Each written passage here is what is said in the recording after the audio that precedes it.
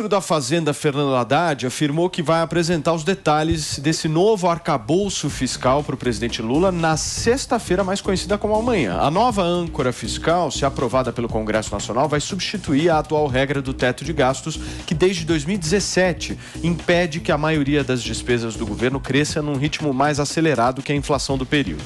A ideia é criar um mecanismo que permita ao governo fazer investimentos e despesas sem gerar descontrole nas contas públicas. Segundo o ministro Haddad, membros da área econômica e da Casa Civil vão participar da reunião amanhã. A proposta já foi apresentada, inclusive, no início desta semana por Fernando Haddad e pelo vice-presidente também, Geraldo Alckmin, numa reunião lá no Palácio do Planalto. E pra gente entender, né, meu querido Felipe Campos, o que é a palavra arcabouço? Puta, palavra feia, cá entre nós. É cada uma aqui, né? Não, cada uma. Não é por arcabouço é assim, uma palavra horrorosa. Parece calabouço, A gente vai continuar falando sobre esse assunto, porque eu quero entender um pouco mais o que é isso, arcabouço fiscal, essa nova regra do Orçamento Federal para a substituição do teto de gastos. É um buraco negro, que né? tem sido muito discutida aí, principalmente no mercado financeiro nesses últimos tempos. E para a gente entender um pouco mais, nós vamos receber aqui no Morning Show o advogado David Andrade Silva. Olha o David aí. Tudo bem, David? Você me escuta bem? Bom dia. Bom dia. Bom dia a todos. É Davi, viu, Paulo? Ah, Davi, perdão. Davi.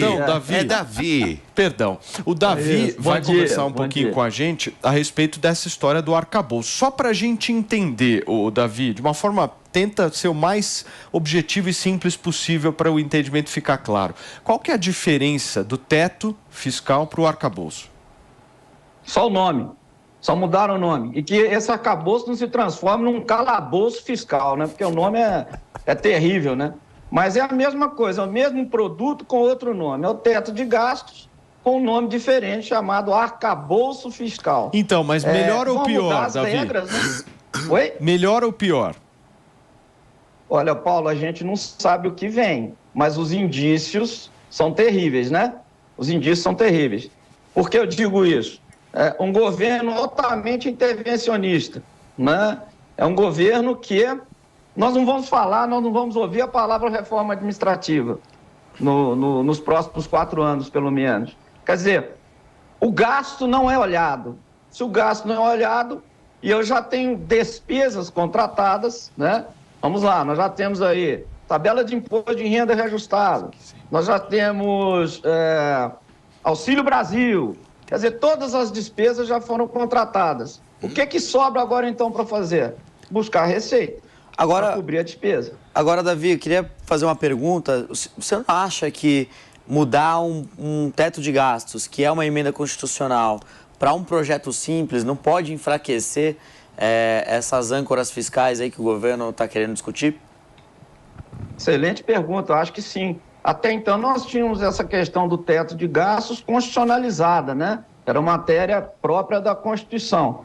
Com essa transição, flexibilizaram o instrumento e tornaram possível a criação desses marcos através de lei complementar, cujo quórum é bem menor do que a de uma emenda constitucional. Portanto, flexibilizaram, sim, as regras. Muito, bastante. É um perigo.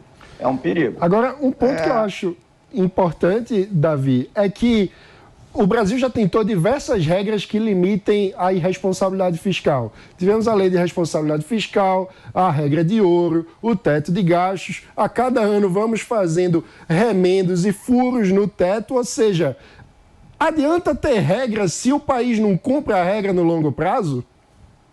Excelente ponto. O teto de gastos, de fato, já foi furado acho que umas 7 vezes. Nos últimos anos, por conta da pandemia, auxílio, etc. Então, de fato, é uma regra que não é obedecida. O tempo inteiro o teto é furado, seja por iniciativas necessárias, como foi o caso da pandemia, não havia outra maneira, mas seja também por instrumentos muito duvidosos. Então, de fato, é uma regra que, como tudo no Brasil, tem mais exceção do que a própria regra, né? Os remendos são maiores do que a própria regra.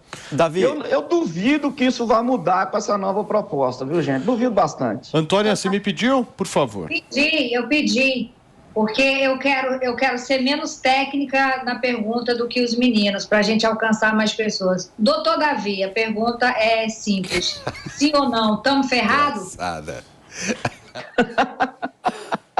Estamos lascados?